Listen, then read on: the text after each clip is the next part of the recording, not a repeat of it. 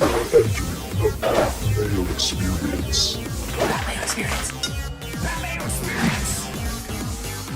That Mayo Experience. Experience.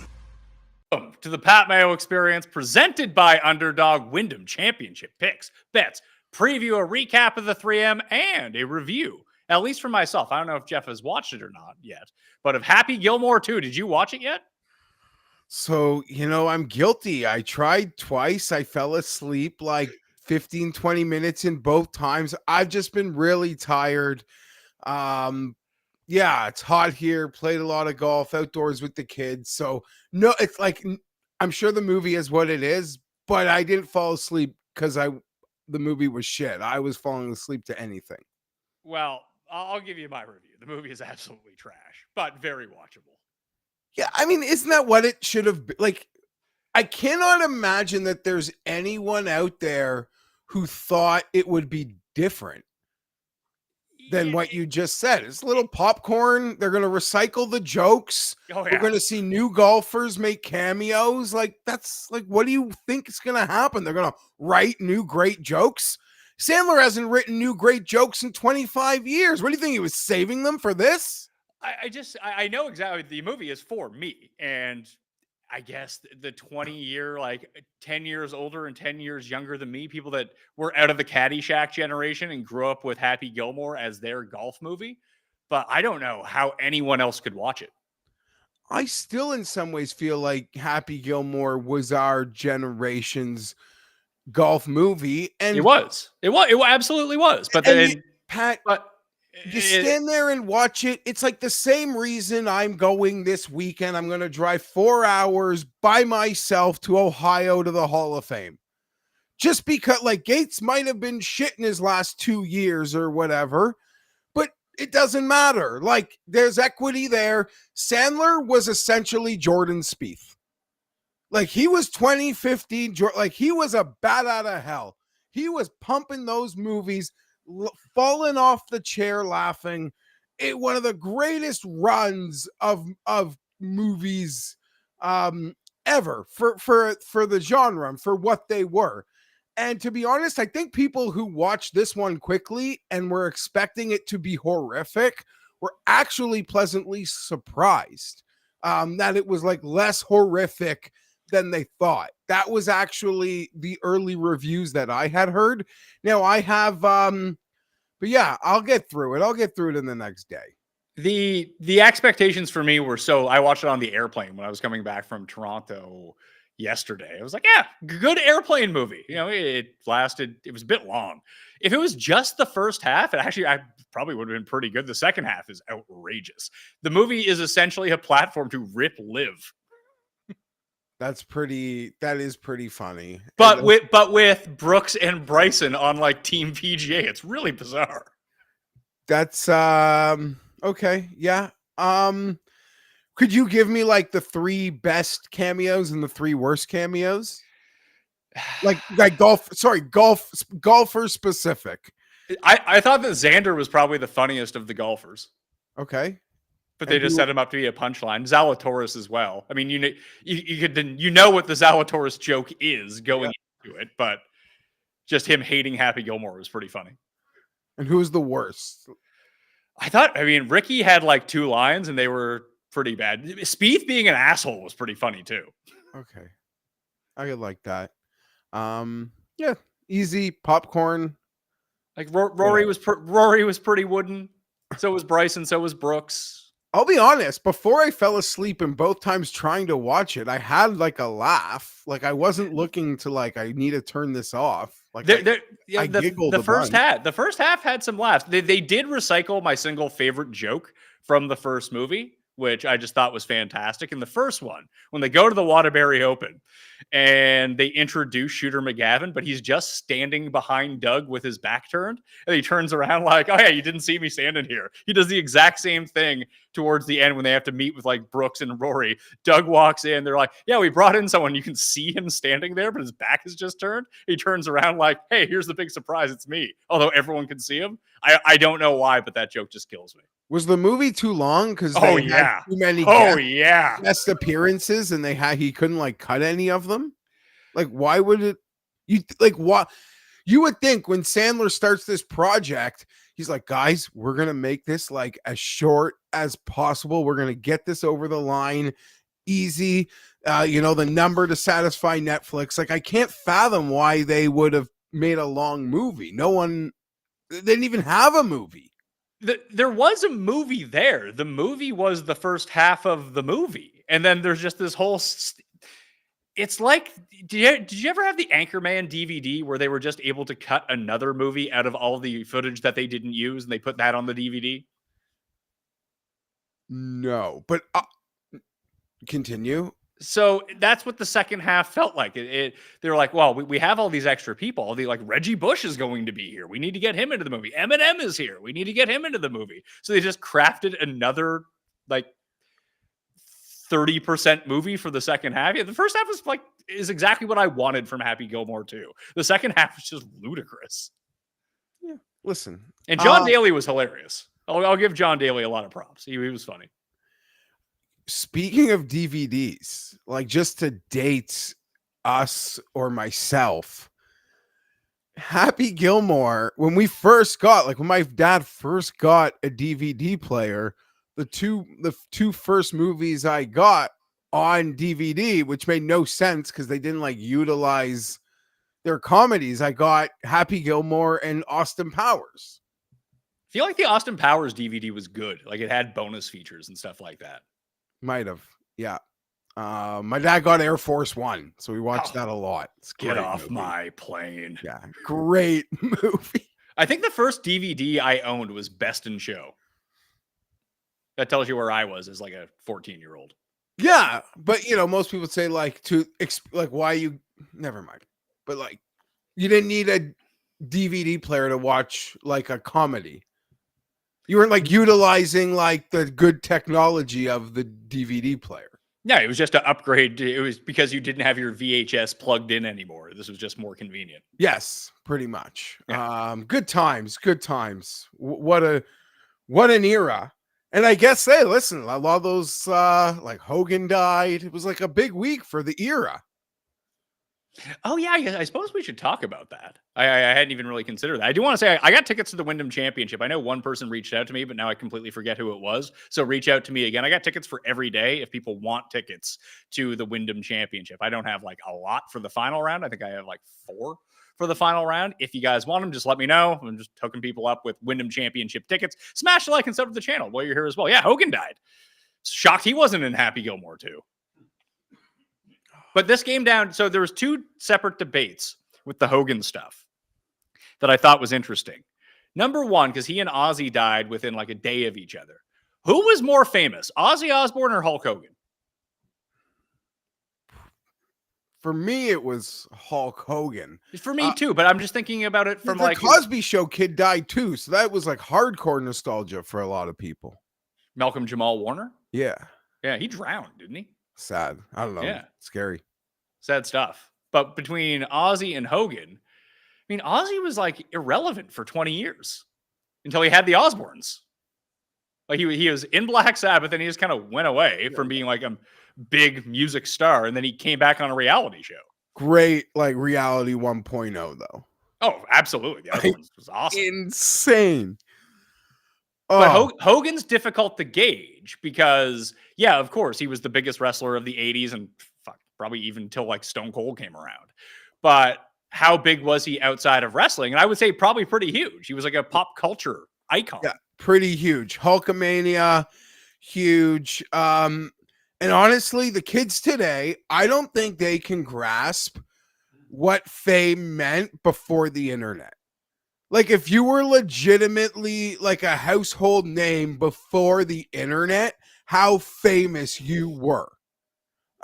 It's hard to quantify, I believe today. CBS with a nice touch in the golf. They went to one of the commercials on the broadcast though with the Hulk Hogan Real music. American.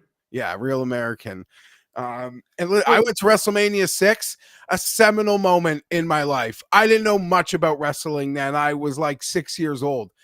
And it was a night that like changed my life. Many ways. Hogan coming in on those like ring trolleys, Warrior just doing the sprint. The Skydome must have been like 3 months old. It's the first time I was ever in that building. Oh my God. Oh, so like I know Hogan flawed, but to me, it's always about like the little boy, and that guy, you know, still wins. That part of my brain still wins. Sorry, I'm not developed. I think that is how most people are choosing to remember it, not the past 20 years of him being like kind of the absolute worst. Yeah, no, not true, not low in many regards, but I was there at WrestleMania 18 too, when they as a part of the crowd that like turned on The Rock and cheered for Hogan. Yeah, that is as good as it gets, truly. I would say like the Andre, the NWO, and 18, like those are the podium Hogan moments. Yeah, I would say so. So I guess my second question to you is Hulk Hogan the biggest wrestler of all time, or was it Stone Cold Steve Austin? Because the run was shorter for Stone Cold, but it felt like it was bigger. Yeah. Weirdly enough. But is that because I was 14 when it happened and I was 4 when Hogan was happening? As you know, little boy at 6 at the mains at the Dome, that was unlike anything. But to have been at like multiple Raw shows, like Raw, not Mania, that packed that Sky Dome with the signs to the rooftops, nothing was bigger. Not like that glass shattering. Nothing hits harder than that glass shattering. So I guess Stone Cold wins, I guess, for me.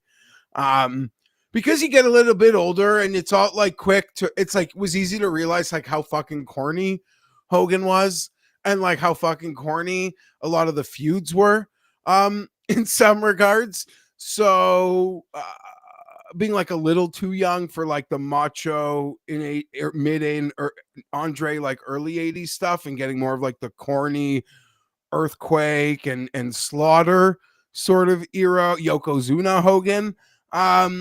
Right? So yeah, it's got to be Austin. So Austin. Yeah.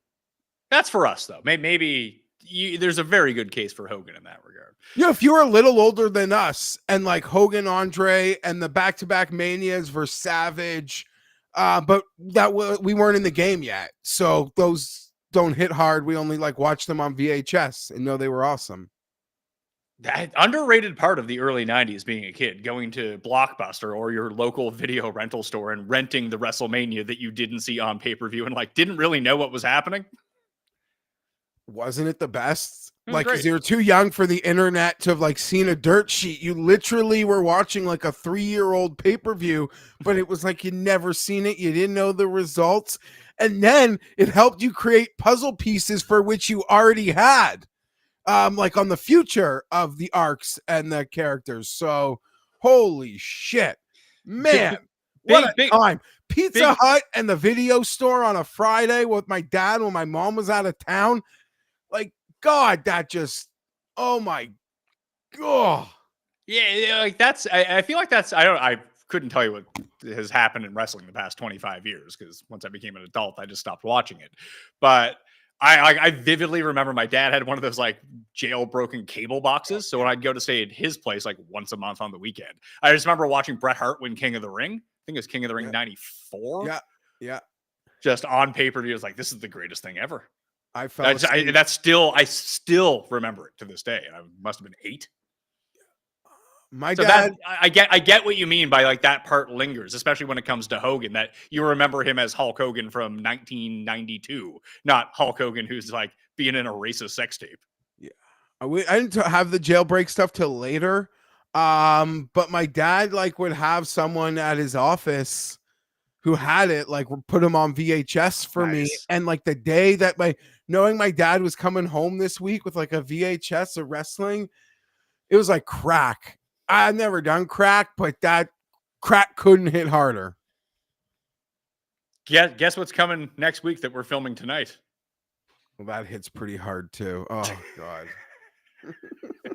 He won't see this before we film tonight, so this hat is where it's at. Yeah, and he doesn't watch the show, so he won't see it. Not like he's going to see it now. You're not going to send it to him either, people. No. We got to save it for the Custies tonight so we can put it on and you can replace his awful block letter Cliffs hat with this awful block letter Cust hat. But you could tell him we can make up a country club. You could use that acronym, tell him it's a nice place, and he'd wear it, as opposed to him thinking it's just a gag. Be like someone who's a member at I'm not smart enough or on the fly. Central University State Golf Course. Yeah. Something like that. If you got a better one, put it in the comment section or into the chat. Big Rob says that The Undertaker was that guy for him. It's not really who it is to you. It's who was actually the biggest was the question. Like, because the only other person I think would be in the realm of the conversation would either be The Rock or John Cena. But all those people became so much bigger outside of wrestling, which Hogan was able to do, but wasn't really able to do. Like, he was in movies, but none of the movies ever did well.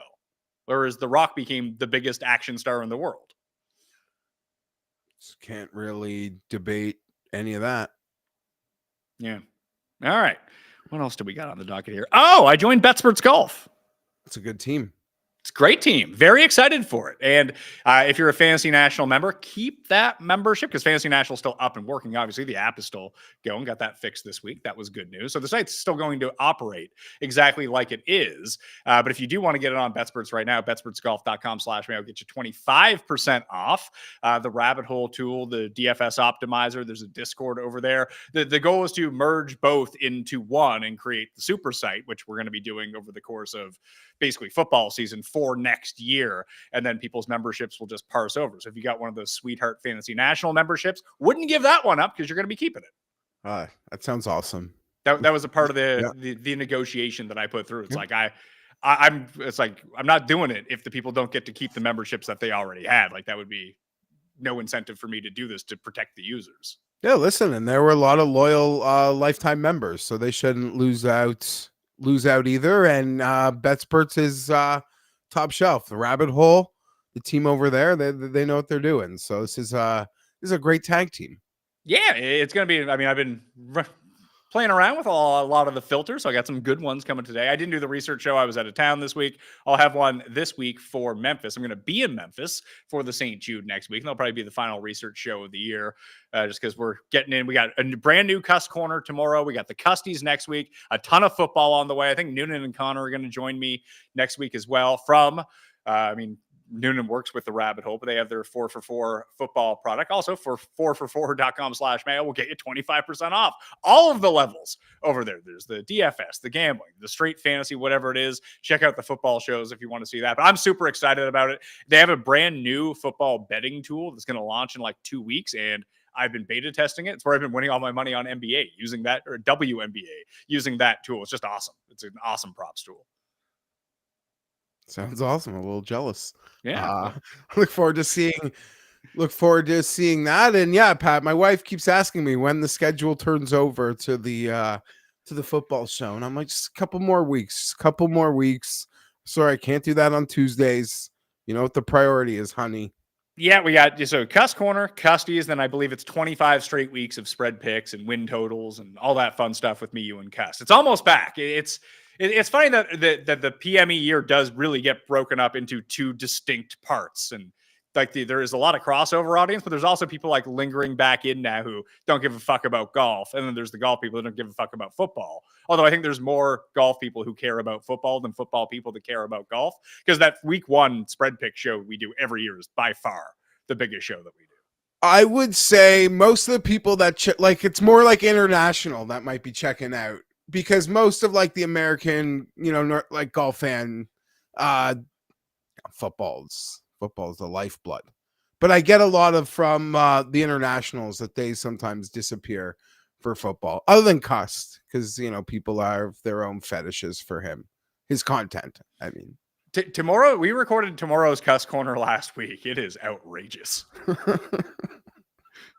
And he did go play by himself. We bullied him into it. And it was fine. Like by himself alone, or in another group? Like he paired up with like 2 people at the course to get a tee time. And he's Here's like, the "Oh, yeah." thing. And he's like, it was fine.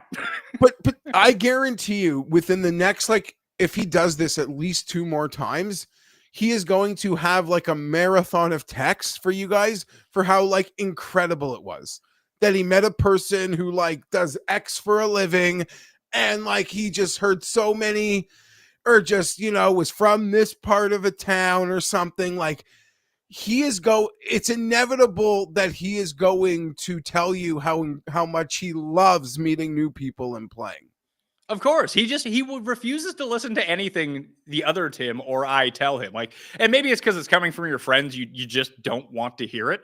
But he's doing new things with it. I set him up with my golf coach, and he went to like 2 lessons, and his swing is like dramatically changed. He's doing different stuff now. It's exactly the stuff that we've been telling him to do for 3 years. He just wouldn't listen to us. Tim is the only person who thinks his grandmother is always telling him the truth and his friends are lying to him. Correct. Okay, that's Tim in a nutshell. That's what Pat has to, and you guys have to like break through every single day, or every single disagreement. But hey, here we are. Matt says this. I can relate to this one pretty well. Who remembers watching pay-per-views through blurry lines on channel 14 or whatever channel it was? Yeah, I heard the blue blazer go out that way. It was pretty traumatic. I would guess that would be. I remember doing that.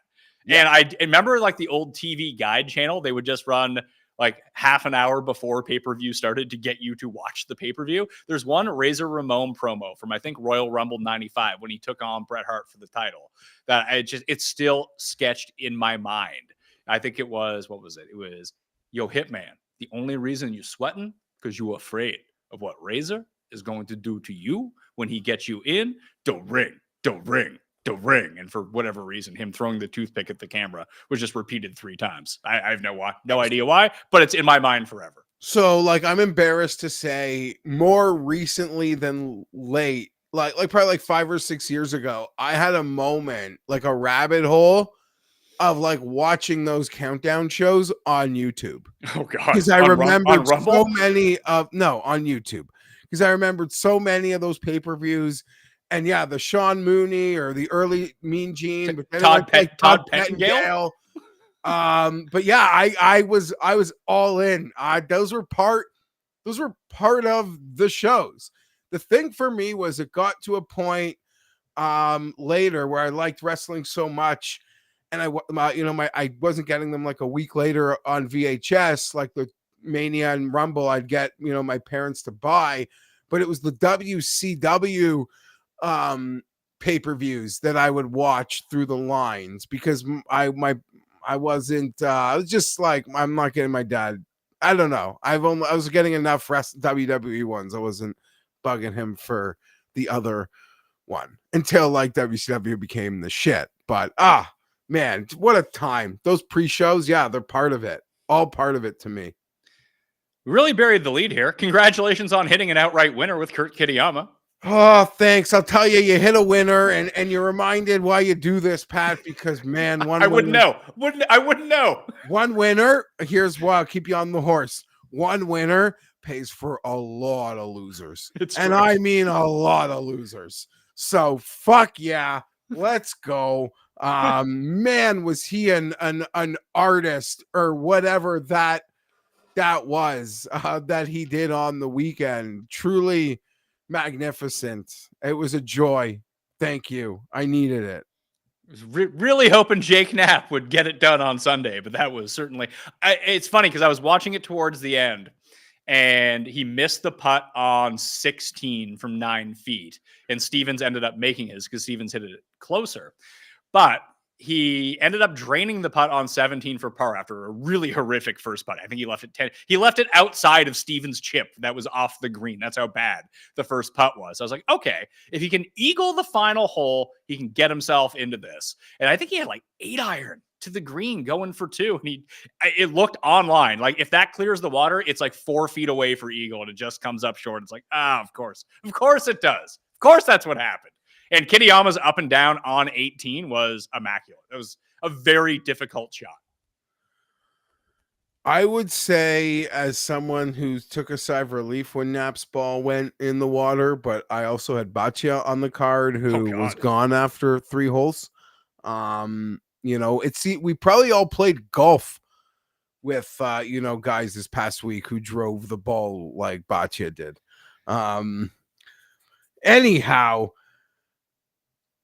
if you had Knapp, like, just to win, aren't and it's like this is I'm either having an 8-foot putt or like a 40-foot putt, but it's either 8 foot or in the water. Like, aren't you taking that kind of? Aren't you taking that deal? Oh yeah, he had to go. I think he Yeah. knew he had to go pin seeking. That's what I wanted him to do. And if it's 2 yards farther, it's a perfect shot, and he might end up in a playoff with Kitayama. And said he makes bogey. I don't really care that he makes bogey. It wasn't really affecting my losing DFS lineups at all. So full disclosure, I actually didn't even watch Kitayama play the last hole. I had an engagement, but why did he go for the green on 18? He had a 5-iron in. Okay, sorry, that's fine. It's still like two. I guess I was looking at because it was like 220, and I'm like, what's he gonna do? Like hit two?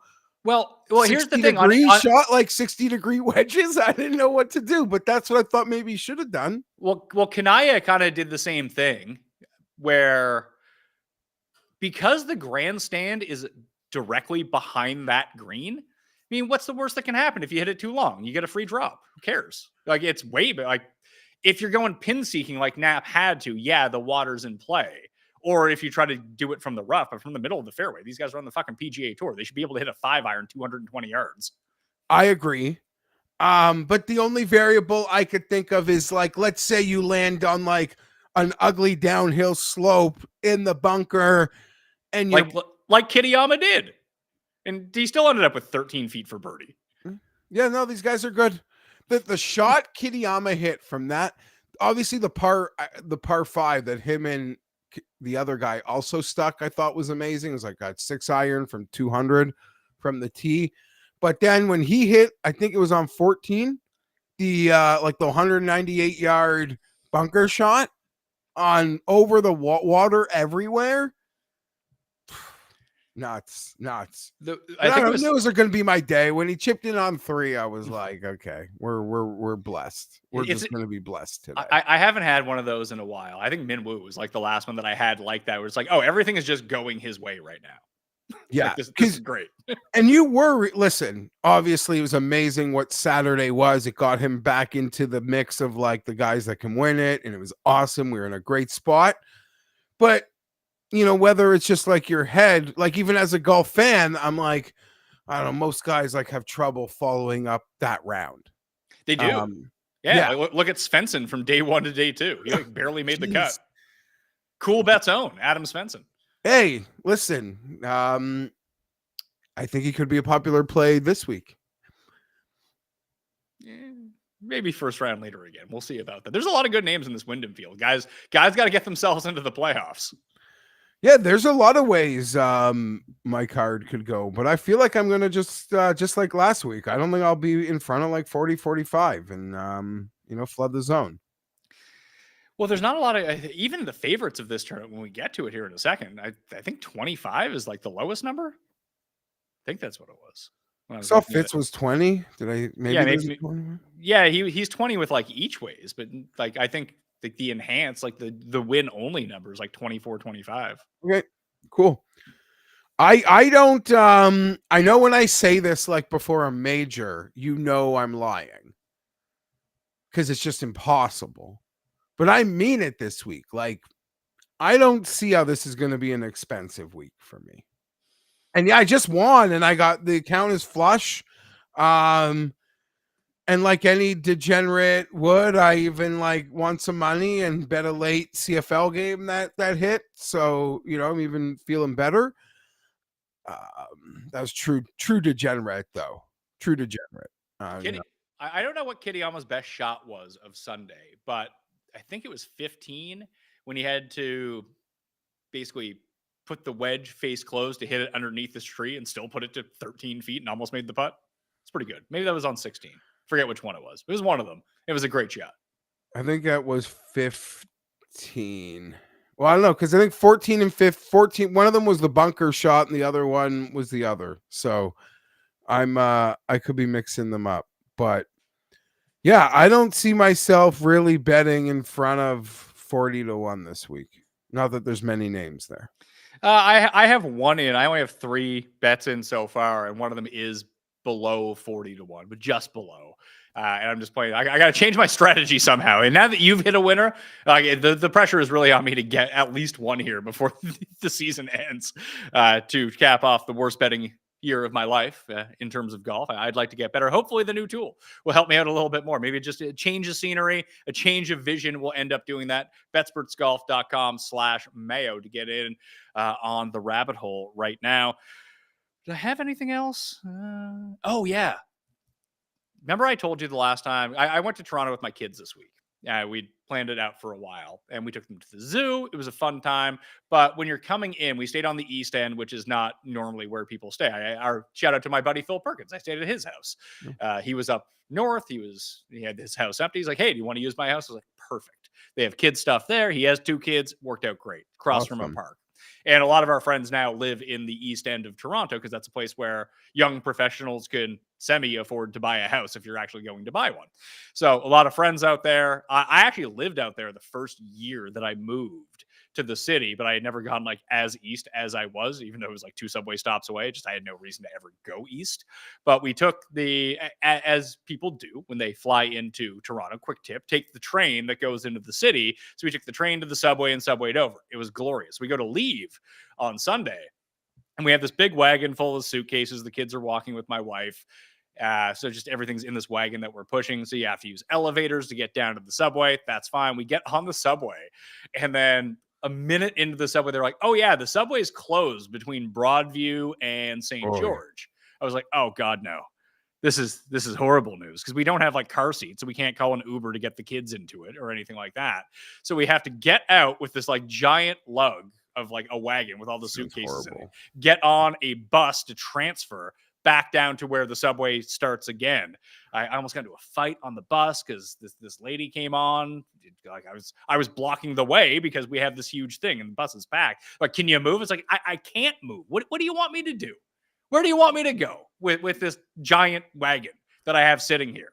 It was not great. It took us like 4 hours to get to the airport. Anyway, that was my Sunday. Then I came home and watched the 3M and watched Jake Knapp try to put on he ruined it on Saturday is what happened to him.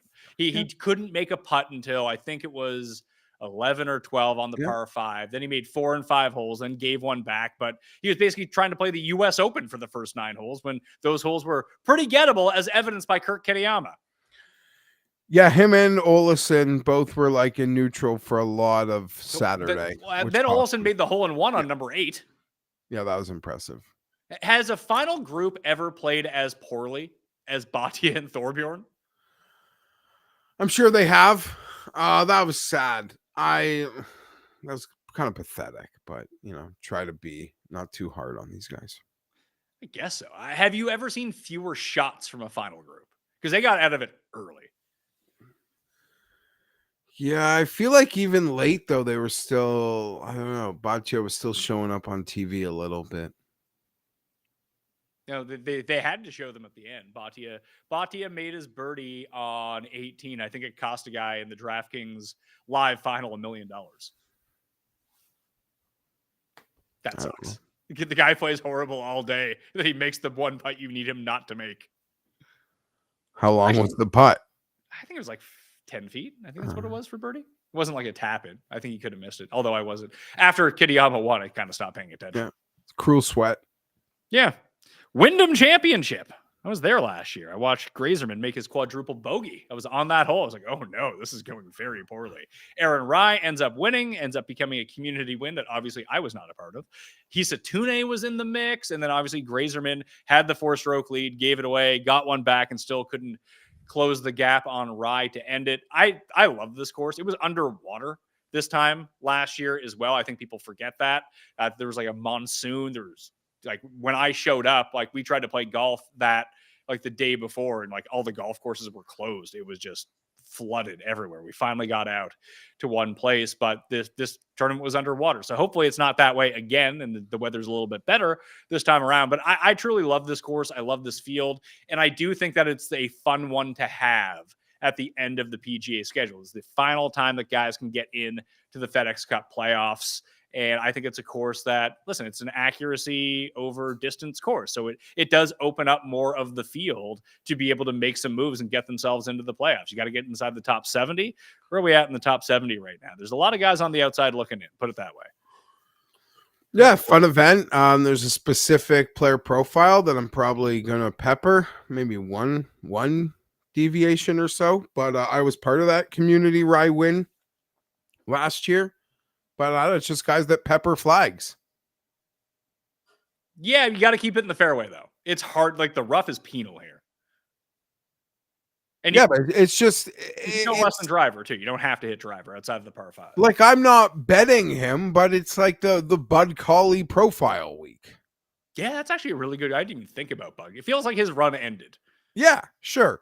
And there's more expensive or even maybe poorer versions of that. But yeah, I'm gonna bet on some guys that are gonna keep it in play, pepper the flags, and hope to make some putts. Yeah, the guy I bet does not pepper flags whatsoever, but he makes a ton of putts and he keeps it in the fairway. But that's my tease for what I'm doing for the Wyndham Championship. You take your guess right now. What odds range? Like below 40. Oh well, it's Lucas Glover. Well, Glover's at 40. I actually I still might get in on Glover. It was Harry Hall. Okay, yeah, sure. He's popping up near the top of leaderboards. He sun runs his putter. If he could just hits every fairway, he chips a ton, gets himself out of trouble, makes a ton of putts. We can just have a good week. I could get you Harry Hall 40 if you want it. I've already bet it at 35. It's fine. Okay. Happens. Yeah. But other than that, like I don't know. It's where I'm looking at it. You go to the top of the board. Like, do you feel like this is a strong tournament for favorites? Because if we look at the favorites, you got Fitz at 20, Keegan, Griffin, McIntyre, 25, 28. Spieth is at 28. He's playing. Akshay, Hall, Knapp. That's Cust one and done, by the way. Jake Knapp. Probably not the course where you want Jake Knapp, but who knows? Hideki, Aaron Rye is sitting there. Hideki at 33 in this field. Hideki being over 10 points behind Ben Griffin just seems strange. So I bet Hideki. I was one of those who bet him at the Open, and he was actually pretty good. People were shocked to know that he finished top 20. Yeah, he had a very bad day one, and then after that, he was fine. So maybe that's something to look at. Like, do you want to bet Fitz at 20? I get that Fitz is playing great. No, coming in great form. At 20. And this would have been a course we would have looked at for Fitz back in the day, being like, this is a perfect Fitz course.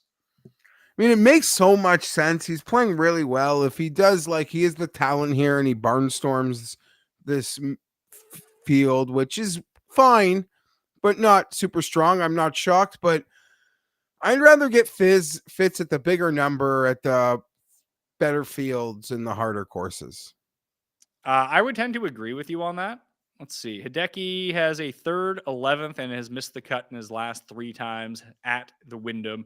Struggles chipping and putting around this place historically. Even when he came T3, he lost strokes putting. Yeah, and you got to chip. You got to be able to chip here. Which is weird because he's probably one of the 5 best chippers in the world. But you also, it's accuracy and iron play. Bing, bing. Yeah. And hope for putt luck. That's where I think my bets are. Some of the guys I'm going to bet can putt, but I think most of them are just going to pepper flags and I hope to putt. Yeah, I have one of those guys at 200 to 1, but. And I'm just trying to look at it. I know, my brain just goes to a certain place because I'm just obsessed. But who's usually the guy who's the captain is 150, 250 to 1 player, and they'll just pair him with the good players. Keegan actually being the favorite, but who's Keegan going to play with? Is there any young potential Ryder Cupper that they can roster him with? I don't think anyone's here, and Goddard made the team, and he doesn't have to play anymore. There's 2 guys. So there's 2 guys that could potentially be on the American team, I think, that are playing in this field. Kitayama? I was going to say it's Akshay and Spieth. Because if Akshay just wins yesterday, he closes. All of a sudden, he's back in the conversation, right? I agree, but it was like... But what if he wins this week instead? Maybe, sure. Like, he's a long shot to be on the team, but he's the type of player that you would want to put on it. And they're just looking for signs of life from Spieth. You know, if they can get Spieth on the team, they will try to do it. But at this point, he is irrelevant to the team because he hasn't done anything. And I don't think you have to put the captain with Spieth. So based on what you said, then I would pair Keegan. If I was USA Golf, I would ask the Wyndham to pair him with Boccia and Kitayama. Cam Young is still here. Yes. Can I tell you? I got Baroff sent me a text this morning asking almost like it needs permission, but trying really hard not to bet Cam Young. And I don't know whether I was trying to give him a sweet nothing, but I was like, he does play really well at short courses. Does he? He had a 62 here last year. Didn't he shoot 59 at River Highlands? Did he shoot 59 at River Highlands? I think he did. Yeah, Pat. I probably didn't even contend that week. But he shot a 62 last year, I guess, and came T22. Sweet week, Cam Young. No, but I would he seems to be okay at essentially after telling Baroff, I think he plays well at short courses. He says, "Fuck it, I'm in." But Baroff hit Kitty last week. He also hit Padraig at the Open, and had Justin Leonard as a top 5 who came in second. Yeah, so I mean, Baroff's been crushing golf betting this year. He could probably have a different mortgage if he just didn't bet Cam Young. But I don't know, 66-1. I don't think it's horrible. No, we'll get honest, down to that range. But of the guys at the top, I mean, Bobby Mack makes a ton of sense. If Spieth won, it was between Hall, Akshay, and Hideki. Rye really hasn't done much recently that I can think of. So I have a question. Okay, I guess he's a little behind. I'm expecting then maybe you'll say his name next. Pardon? Maybe, but do you have any takes on guys from that range?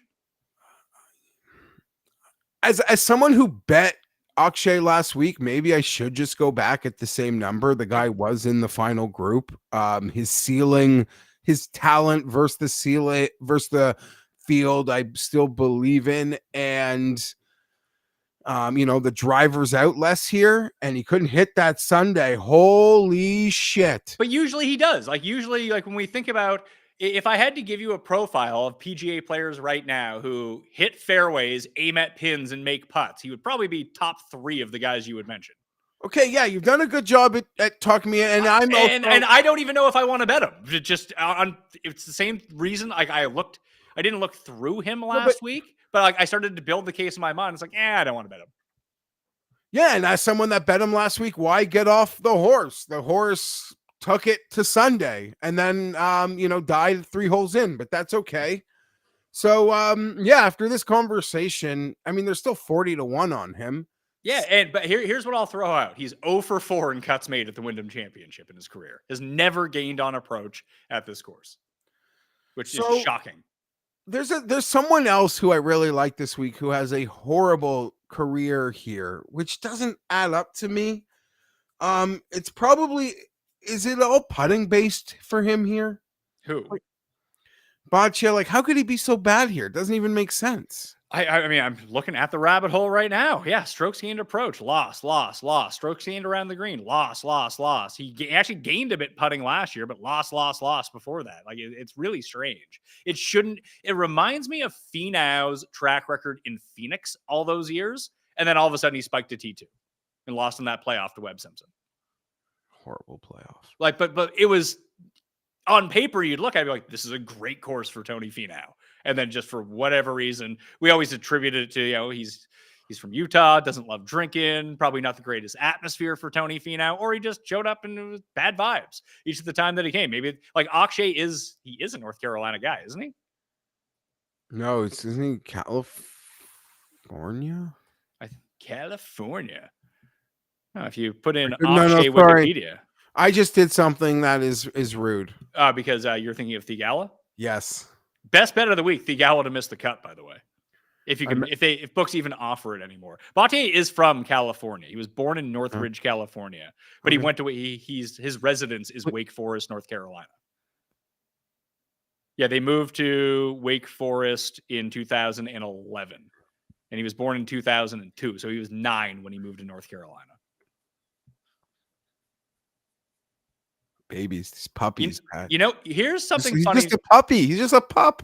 Yeah, people forget that Akshay is 23 years old. Here's what you need to know about Akshay. That he was runner-up at the 2018 U.S. Junior Am to Michael Thorbjornsen. Yeah, exactly. Okay, was there any... I know we all bet it, myself included. Have you ever had a bet in golf lose as early as the Thorbjornsen bet last week? Yeah, it is... we've spoken about this with him, Pat. Like it seems like he's either great or horrible. Yeah. Right. So it's like a boomer bust with him, and at certain price points for certain fields for trying to figure out an outright. We like him because, maybe we're wrong. We do this a lot and we're wrong. This guy certainly feels like winner's circle is around the corner. I would agree. Yeah. So that's why, it's, but yeah, what a bad bet. What a bad bet. And I don't think this is the place to get on, but that would be funny because I don't think he'll be very popular this week. It doesn't seem like the type of course he would be great at either. No, but that's why, like him and Clanton, like there's a couple of them that, we love them, but I don't think we want to bet them this week. Well, there is one that I did bet this week. So let's get to that next range. 40 to 100. I'm circling around Glover. I mean, I bet Glover at the Open Championship. He played pretty well too. So why not? He's won here before. There's a accuracy, irons, pray to make some putts course. He's that guy. He certainly is. I'd be tempted to say Adam Scott after sort of poo-pooing, the low end of his number at the Open Championship. Right, just put it in the fairway. You're not going to make all the putts, but maybe enough looks at it. And then shortly behind him, I wasn't part of. I enjoyed his collapse last year, and there's been a bit of a dip in the last month. But Greiserman, 55 to 1 seems plenty fair for me. I've tried that 2 of the past 4 weeks. Not great. He lost in a playoff for me and had 3 putts to win it. And last week was just I don't know what the fuck happened to him. Yeah, he might have peaked. Of note, the biggest crossover of the Wyndham Championship in terms of winners historically has been the Players' Championship. That's why, obviously, Glover was pretty close here. Hoagie was up there. Glover came 3rd at this year. So did Akshay. Bud Colley, who you mentioned, was 6th. Scott missed a 2-footer to win here once, right? Yeah, that was in that 6-man playoff that Kisner ended. Like a 4-footer, but, whatever. Yeah, who was in that? Because I had we all had Roger Sloan that week. He was in. Siwoo was in it. I had him. I had 3 guys in the 6-man playoff. No, because a lot of us had Henley too, and he missed the playoff by a stroke, as I recall. Who the hell was in that playoff? I'm trying to recall this. Kisner, Scott, Roger Sloan, Siwoo. Maybe Billy was in it. Now I need to go effort to look this up. Is Kisner playing again this week? Or is it back on? Yeah, he is. Was it Jim Herman? Because remember when Jim Herman just annihilated the field? He had like the weekend to remember. That's fine. That he can do that. That means here we go. The 6-man playoff was Kisner, Sloan, Siwoo, Scott, Kevin Na, and Brendan Grace. I had Brendan Grace that week as well. Fun times. Yeah. 6-man playoff at the Wyndham. That's the goods. When you got 3 of the guys. But yeah, Scott missed that. He had it won on the first playoff hole, and that was the end of it. Should we be betting Siwoo? That must have been a wild show the next Monday, like the morning after. Who can know? Siwoo's missed back-to-back cuts. But the last time he missed back-to-back cuts, he posted an 8th at the Heritage, of course, where he typically plays pretty well. And he's won here before. This is a part of the Siwoo circuit, the Sedgefield is. Yep. It absolutely is. I don't know. I'm not I'm not smart enough to try to figure out Siwoo. It's a tough I got my own losers. No, Siwoo's not a loser, but I feel like I'm betting just mid-range losers. Hideki is. I just ran a model. He's number 2 in the model over the past, like this short term model. You could make it's a very like buildable card by just betting on the talent here. Like Hideki at 30 or 33, Bachi at 40, Siwoo at 40. You know, I'm going to try to get cocky and call a loser to do something great, but maybe there is a card that should just be betting on the talent. Yeah, Hideki, Akshay. Who else would you go with there?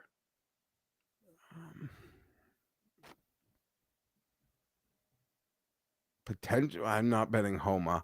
I'd potentially make it smaller and just have Siwoo, but I don't want to bet it. Talent dries up pretty quick, be honest, looking at this board. It's a pretty. So let's take a look at some of the guys who are on the periphery here in terms of the FedEx Cup. Spieth's playing. He probably just needs the reps, but he's also 50th in the FedEx Cup. So he could improve himself. Kitty Hama's win got him to 53rd, by the way. There's a lot of guys who won this year who are right around it. I can't believe Ricky Fowler's inside the top 70. And Finau. Where did that come from? How are they ahead of Kevin Yu is way behind? Like, Kevin Yu is 2 spots behind Ricky and 3 behind Finau. Kevin Yu feels like he's having a much better season. I have no idea where Ricky has garnered these points. It must be the elevated events. It's got to be. Yeah. And you got a top 50 gets you in all of them next year. And the Open helped too, I feel like. Yeah, 14th at the Open is pretty good. He was 7th at Memorial, 15th at the Truist. He has 1 top 10 this year. That's it. Kevin Yu has a win this year. Well, that was in football season, right? It was. That counts though, doesn't it? Yeah, but it's weighted. You know, I'm sure there's a weighting to it. Sure. Either way, I just thought that was strange. Like, what has Finau done? It's been a while. He was good in like the first. Finau had a decent Open. He was okay. He came 56th. Wouldn't say it was great. Finau had tumbled hard. Finau had a top 10 at Torrey Pines in February. That's it for the year. Yeah, it's a tough scene. Like Alex Noren has played like 2 months and has better results than both of them. Well, he had 1 good result, and that result wasn't even actually all that good. I guess last week, where he lost a bunch of strokes on approach, but gained a whole bunch putting. So yeah, the guys on the periphery right now, like Nico, Griot, Cam Davis, Patrick Rogers, Ben Ann, and Matty Schmidt are all in. Schmidt's is number 70. Then after them, it's like Nikolai, Kirk, Mitchell, Bez, Kevin Roy, Smalley, Davis Thompson, Rasmus, Hisatuni, your guy, Chairman Mao, after his win and nice performance last week, got himself up to 80th. Phillips, Adam Scott, Lipsky, Higo, Wallace. Wallace, I think, is going to be a popular play this week. I can see that. I don't know that I'll be on it. Novak was someone I was looking at because I just remembered when I did the show with him that he said that, I mean, he said he was going to play the John Deere and then didn't, but he said he loves playing Sedgefield. He can just never putt here, which tracks when you look at his stats. It's interesting. But like Tee to Green, he's been awesome at this course. What's he, 75 to 1? Yeah, I think he's down in that range of, there's a bunch of good players at that like 70 to 1 range. Griot's right there too. Yeah, I don't know. I feel like Griot blew it. He had his chance and missed it. What was his chance again? He lost in the playoff at John Deere. Brian Campbell beat him. Oh, yeah. I was almost like cheering against it because I didn't bet him, but I'm a fan. Brian Campbell, 150 to 1? No, thank you. Well, it seems like it'd be a good course for him. I'm not betting on Brian Campbell. If he won again, though, that maybe Keegan should be paired with him, get a close look. Keegan, Akshay, and Brian Campbell. I could see it going one of two ways. You play with two of the young guys if you're Keegan, or you play with two of the old guys. You play with Finau and Spieth to see if they got anything. Yeah, I think more likely the old guys. I'll be honest, the door is like closed on your Clanton or Thorbjornsen. Maybe Keegan plays with Knapp. Knapp is interesting because I don't think that this course is a good fit for him, but I think that Bethpage is actually a really good course for him. Yeah. And I actually was getting into it, someone in my DMs being like, they should, Spieth should make the team. And this was before last week's golf tournament. And I was like Jake Knapp should make this team before Jordan Spieth. Not that I think Jake Knapp is going to make the team, but here we are. Knapp has the potential to like one of these guys is going to make it. Goddard feels like he's locked himself in. Now he's calling out experts on that. That seemed really strange to me that Goddard finished his round, then immediately went to Twitter to like, see, I'm awesome. Really strange behavior. Yeah. But now Goddard's got Goddard could be shit in Memphis, and I still don't think it'll matter. I would agree. If he's shit all the way through the playoffs, I think it's a bit more of a conversation. Because he's 20th in the standings. Like if he doesn't qualify for Eastlake going into the playoffs at 20th, it's probably a bad seed. Yeah, I don't really. Do you know who is one is there spot? A cut? Sorry, is there a cut next week? I think so. It's probably like top 20 I think it's top 50 in ties next week, and then it's no cut for the next two. But do you know who is one spot ahead of Colin Morikawa in the FedEx Cup standings? No. Nick Taylor. Nick Taylor's 17th in the FedEx Cup. Well, we sort of joked when you mentioned him at the Open, so I opened up the season, and it even caught me off guard at how consistent he had been, because it used, like, I joked that he was like what Siwoo used to be. Like, but now he's consistent. Now he is what Siwoo is. Yes. They used to just be wins or miscuts or like top fives or miscuts, and now they're just very even keel, like across the board. Hopefully to get a win to pop, but 17th pays a lot of freaking money. Oh, for sure. And it gets you into everything for next year too. All the majors, everything that goes along with it. Chris Kirk's interesting. That he would have been my long shot, Pat. That Chris Kirk butter knife swing, I think could work well here. A lot of looks at birdie. Can we make the putts? That's what, I'm in. Chris Kirk, 110-1. It's a good number. So the guys that I have bet from this region, I only have one in so far from this 40 to 100. I bet Jackson Koiven, actually. He's 80-1. He hits a ton of fairways. He's been good so far. Shout out to Skylar Hoke, who, always wins money betting golf. Had Kitayama last week. And I'll be guaranteed he'll bet this Koiven. Because where was it a couple weeks ago? We were talking about him and the kid played great. I think it's when he was the favorite of that tournament. No. We're not betting him as a favorite. No, it was something else. Maybe I'm over exaggerating with played great, but you know what? I'm going to bet Glover. What's the best number you can find on Glover? Right? If you go to Cool Bet right now, you can find just everything down in the description. There's a drop page on there for me. I'll probably get Harry Hall boosted up unless I end up betting someone else. But 40 is the best number I see right now on Glover. Yeah, it's the best. That's what I see. All right, I'm betting Glover at 40. He would be an interesting. Hey, I told you about Glover about a month ago. I'll just put it out this way: if Glover wins this, it's not up. Let's just say USA Golf is like their expertise at the make good, and it wouldn't be outrageous either because Glover's 17th in points. So if he wins this week, he would like pass Cantlay and no. On the list. I mean, just hear me out for a second around the make good. I mean, Keegan maybe could have, should have, deserved to be on the team. He got not caught. He was filmed crying when he didn't make the team. Make good, make him captain. Lucas Glover, a couple years ago, wins twice coming home. Form, should be on the team, doesn't make the team. he does it this year. I mean, it's not even like it's not without merit, but the make good is there. The make good is there. USA Golf will always make good on their mistakes, even if it's bad for the team. I'm not saying Glover would be bad.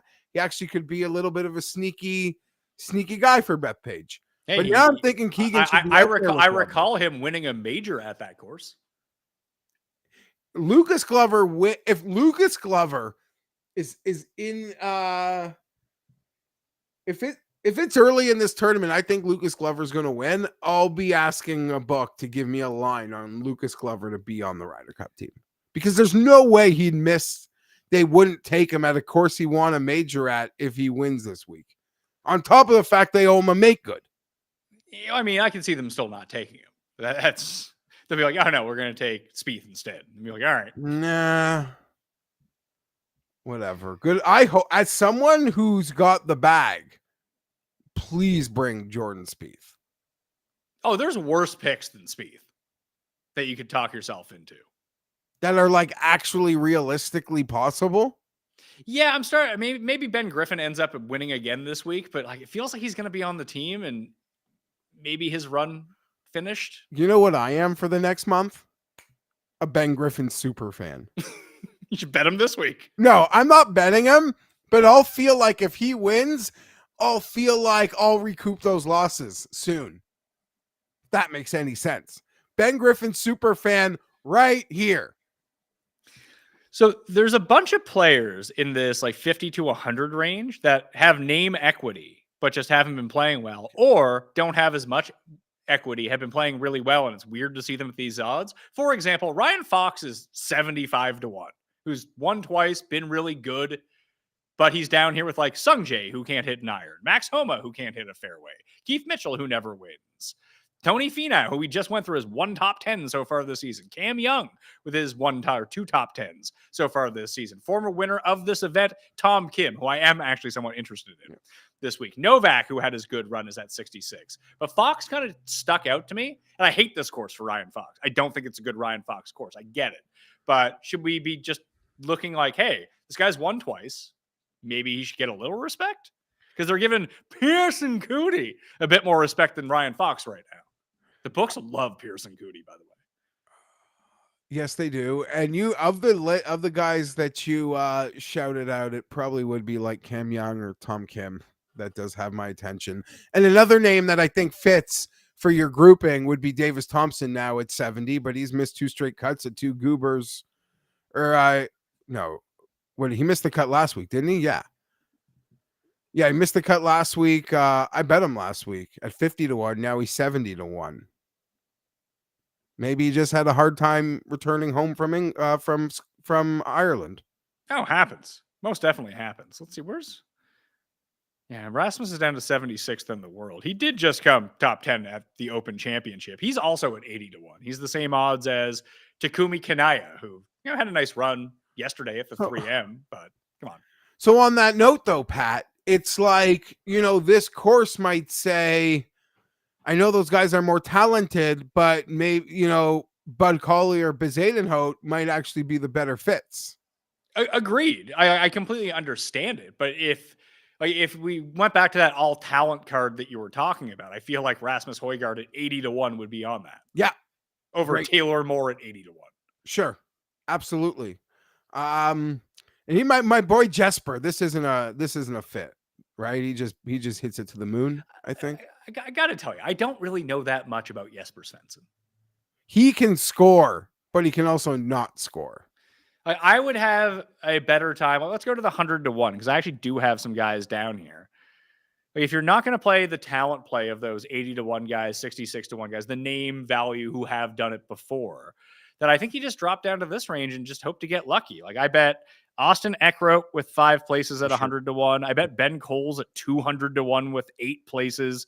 I was looking at Nico Echeverria. He's 125. Like, you want fairways, fire at pins and putts. Isn't he that guy? So Nico's definitely on my short list as well. It's just like a guy who is the profile, who's probably, for what he's accomplished, gets, maybe shouldn't be this number, but we'd already spoken about Chris Kirk. I don't mind that Eckroat position. I don't have a Colcane problem, but some people I know do, and I'm sure they'll bet him at 125 to 1 this week. Yeah, look, Ben Griffin this year feels like Eric Cole last year, except he got past the finish line.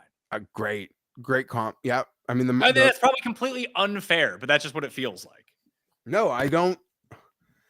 I mean, or Ben Griffin feels more like Denny McCarthy, who find like winning. What's that? Yeah, like that ilk of player. Yeah, like Ben Griffin did what Denny McCarthy couldn't. Even Denny, I mean, it was different. Ben was battling Scotty, and Denny, blew it to Victor. But even the Memorial, they were both like T2 this year, I feel, or in their year of not winning but playing great. I don't know, 40 to 100, flood in the zone. What about what does Gerard do well? He just doesn't hit putts, right? Yeah, but then he did and won the Barracuda. So maybe this is a fair number for him. It's not bad. I think I would take the trend of Tom Kim starting to play better, especially with his irons, that we turned to the spot where he gained the most strokes putting of his career. I think I'm going to bet Griot. Really? You'd rather bet Griot? What's Griot? 45 I could bet them all. 80. Oh, Griot's 80? Yeah. Okay, that's a better number. Oh, yeah, there he is, 80. I don't know. I think I'd rather bet Tom Kim at 75 than Griot at 80. I can bet them both. Sure. Well, I did want to remind you of Hisatune, by the way. I meant to. Although his number sucks. But doesn't he suck right now? Like he does. But he plays well at short courses. He had his run of like solid form, front pages. I don't know, Grillo. Man, I've been dodging Grillo for a guy who I have not bet him like I thought I would. Yeah, he's in. I got to give him some money this week. I got lucky at the John Deere. He's can you hit the putts? I'm going to bet Grillo this week, 80 to 1. That's going to be me. Okay. Let's see here. Vladimir says, throw this up. Goodwin fits this course more than TPC Twin Cities. That is true, but I don't. So I'm looking at the card right now for Noah Goodwin. He gained strokes on approach last week. That was good. That was the first time in 4 months he gained strokes on approach. So maybe he's turned the corner. Who knows? But he doesn't really have a discernible skill type on the PGA Tour outside of not being good.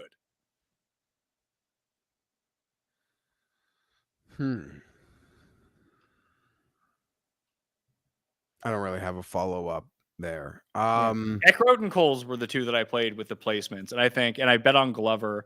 And I think that I'm going to get to Chris Kirk as well. For your Emiliano Grillo bet, I'll make a Chris Kirk bet. Yeah, and I make betting Chris Kirk also. Kirk, Grillo. Yes, it's going to be tough for me now. I got the top can go a lot of different directions for me. Yeah, I feel like you want to leave yourself some flexibility at the top in case one of those, like, what if Hideki falls to 45 because no one bets him? Like, then I'm betting him. Yeah, I mean, it's weird. Like, there's some times where I don't know what I'm doing on a Monday morning, but there's not many like lanes I can take. I just feel like the options of routes for me this week is large. Like I could see myself doing a lot of different things at the moment. I'll be really mad if Putnam wins a week after everyone backed him. Now no one is backing him. Although this is a very good Andrew Putnam course, but why not back him? It's 100 to 1. Well, I can't just back every guy that at 100 to 1. No, but I'm not. You're not like 5 guys that I'm backing. You're not Cam, but it's also not hard to fit 100 to 1 onto a card unless. No, but like I have guys that I like more than him. I'd rather bet Chris Kirk for like the same number. And I'd probably rather bet Nico, just to throw that out there. Yeah, me too. Like Carson Young at an even deeper number, I'd probably like more. 200. I was just floating around that. That's not for me, but I know. The other Young, C Young. Can you get a book to make you a Young versus Young? Poston and Denny are both just 50 to 1. Same as Sam Stevens, same as Thorbjornsen, Matt Wallace, Cam Young. Like one of those guys is going to go to 40. The rest of them are going to 75. And I don't think it's crazy to just like, there is that player profile card where, like, you know, I don't know, like, post in McCarthy, maybe even throw Harry Hall on that. Like, there is just this little plotters, clean, hope they actually putt as good as their reputations card laying there too. I don't mind either of those guys. I never bet Denny ever. I don't even know what he's been up to. But if like I spun a wheel and Denny McCarthy like was put on my card this week, I'd be like, that's a fine draw for me. Let's see here. I'm gonna use the rabbit hole, just quick search function here. So I did, because it has the more filters by conditions. I put mixed and less than driver courses off the tee. And I just want to get to scoring for a second. And we'll go last 6 months, take it off of that, take off those two filters, and go to, where are we at with scoring? Scoring conditions, let's say easy to very easy, because the winner is going to be 20 something under par. It's not like it's a par 72 either. So let's go with birdie or better percentage. I just want to get a quick sense of, and maybe this is just too ridiculous to look at, but if we take a look at just those two and just go 50-50 to give us that type of player that we're talking about, right? Save and generate model. Let's call it Quick Wyndham. Just look at two stats and see who that spits us out. Glover, Stevens, Colley, Noren, Koiven, Paul Peterson, Bridgman, Putnam, Akshay, Hideki, Brian Campbell. So your accurate players who make a bunch of birdies. David Ford I don't even know who David Ford is, but he keeps popping up. Very accurate player off the tee. Doesn't even have a profile picture, but hits a lot of fairways. And has a best finish of 75th this year. So probably not him. Kitayama, Kevin Yu, Chris Kirk, Spieth, Eckroat. So I'm swimming around this type of player this week. And maybe that all goes out the window and Bobby Mack just wins. You would think. Oi, I just opened up Bo Hostler, Pat. How is it? He had an ugly week last week. Did he? Scary bad, but he played well at the Deer, and then I don't know what the other tournament that he lost to Gerard. I think he came second or third, so they don't have numbers for that because it's Stableford nonsense. Yeah, it's tough to do. I think that Ron actually got those numbers. I think that he's parsing through them right now to see if we can get some strokes gained metrics, like going through shot by shot and manually calculating what the strokes gained would be for that event. But that's where we're at. So let's do some quick picks. I got Hall at 35, Glover at 40, Koiven at 80, and I played Eckroat and Coles as bombs, but I will play Kirk as well, and then I'll figure out the rest later. Grillo, Kirk, Nico. Swimming around Nico, huh? Yeah. I don't hate that. And then there's just so many directions this thing could go. One and done.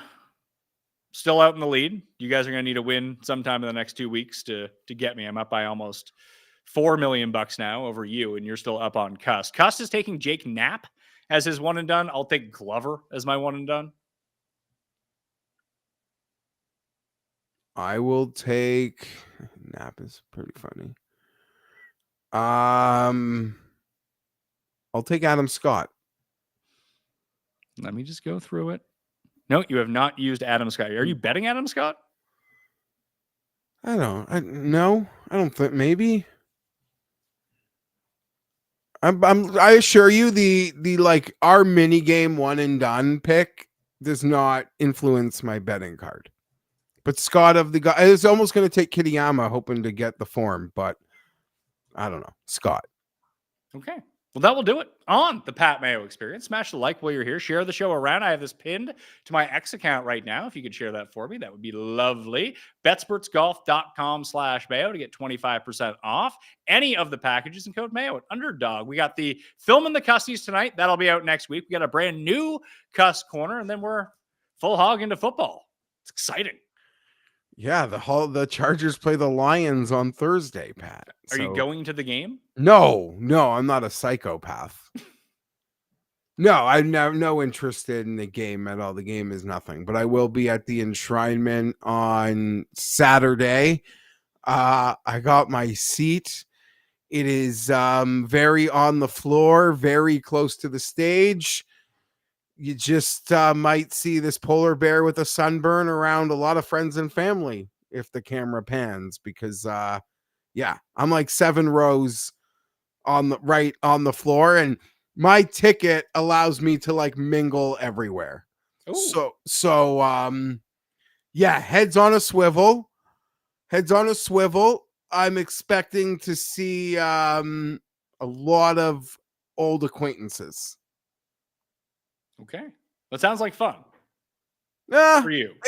For me, it's my own little thing.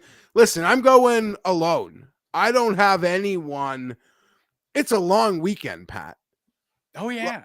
Like, none of my friends, even my buddy who wants to go, it's like, listen, my mother-in-law like rented a cottage this weekend. Like, I can't.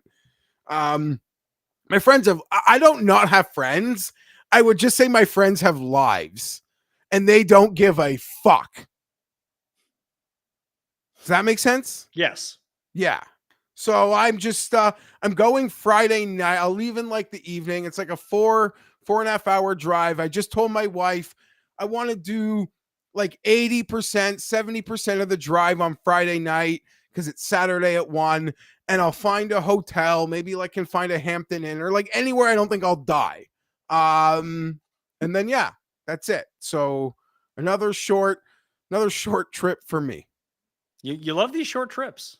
Listen, I'm going to Daytona at the end of the month with actual friends for a few days, and that'll be a real hoot. But yeah, I gotta get my wife on a plane because yeah, she's getting tired of this. We'll leave it at that.